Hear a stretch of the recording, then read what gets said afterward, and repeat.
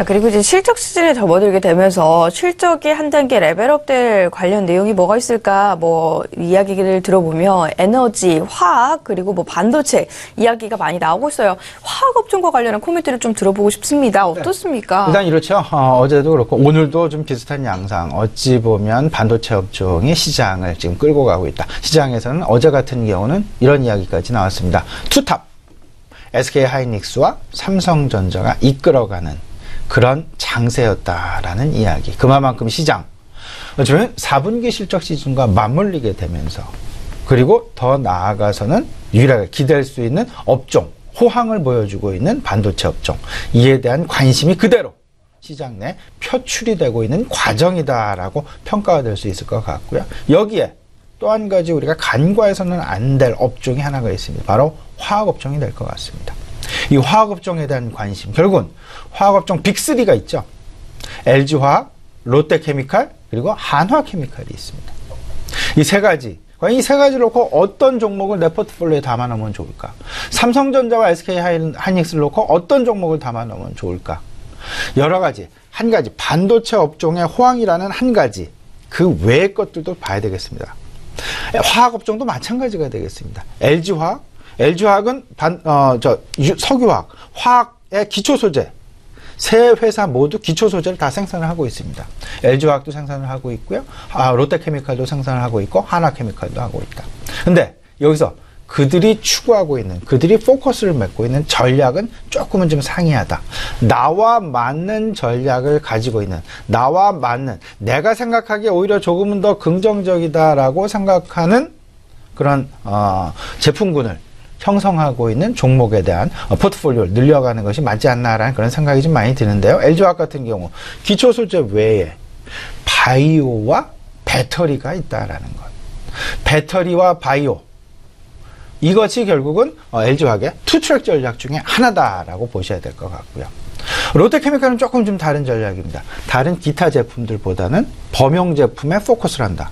하지만 그들이 추구하고 있는 전략은 규모의 경제를 통한 이익의 극대화 전략을 추구하고 있다. 단위당 고정비 감소라는 규모의 경제를 통한 그들의 이익 극대화 전략, 오히려 다른 2트랙 전략, 3트랙 전략 이런 것보다는 한우물만 파는 그런 전략이 만약에 나와 맞다라면, 내 생각에 그것이 더 좋다라고 생각을 한다라면 롯데케미칼을 접근하는 그런 전략도 전혀 전혀 부정적이지 않다라는 그런 말씀 알아서 좀 강조해드리고 싶습니다. 한화케미칼 같은 경우는요, 특수케미칼 쪽에 오히려 조금은 더 치중되어 있는 회사다. 이렇게 생각을 하시면서요, 한화케미칼, 롯데케미칼, LG화학, 어느 누가 더 긍정적이다, 어느 누가 더 부정적이다, 더 낫다, 못하다 말씀을 나눌 수는 없을 것 같습니다. 왜냐하면 지금 현재 전반적인 석유화학 업종의 호황이 전 세계적으로 진행이 되고 있고, 또 향후 몇 년간 뚜렷할 만한 신증설이 동업종에는 찾아볼 수 없다라는 부분. 반도체 업종만 보면요, 하다못해 반도체 업종만 보면 지금 현재 중국에서 어마어마한 위협을 느낄 정도로 빠른 속도로 그들의 설비 투자가 지금 이루어지고 있다. 앞으로 2025년까지 무려 우리 돈으로 170조 원에 달하는 자금을 투입을 해서 반도체 공장을 건설하겠다라는 중국의 의지, 중국의 발표 이미 있었고요. 이 170조 원이라는 돈, 한번 단순하게 생각을 해보면요,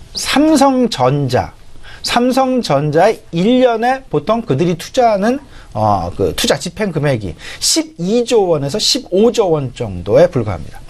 근데 이를 놓고도 사실상 우리나라는 상당히 많다라고 생각을 하고 있죠. 12조, 15조.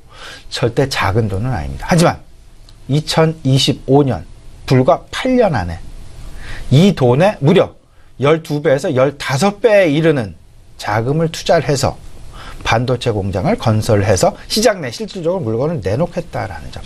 올해 하반기부터 메모리 반도체 실질적으로 중국에서 양산이 되어서 시장 내 출시가 될 예정에 있고요. 내년 상반기 이를 능가하는 새로운 출시 또 예정이 되어 있는 그런 상황이 되겠습니다.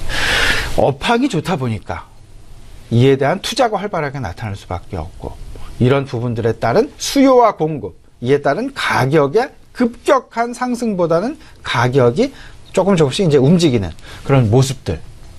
반도체 호황은 아마도 1년, 2년, 3년 계속되기에는 상당 부분 어렵지 않겠느냐라는 것이 중국의 위험 요소를 가지고 지금 현재 시장 내에서 나오고 있는 평가 내지는 전망이다라고 보셔야 될 것 같고요. 오히려 석유화학 그리고 철강 업종 같은 경우에는 본격적인 투자를 상당 기간 향후 3, 4년간 찾아보기 어렵다라는 점.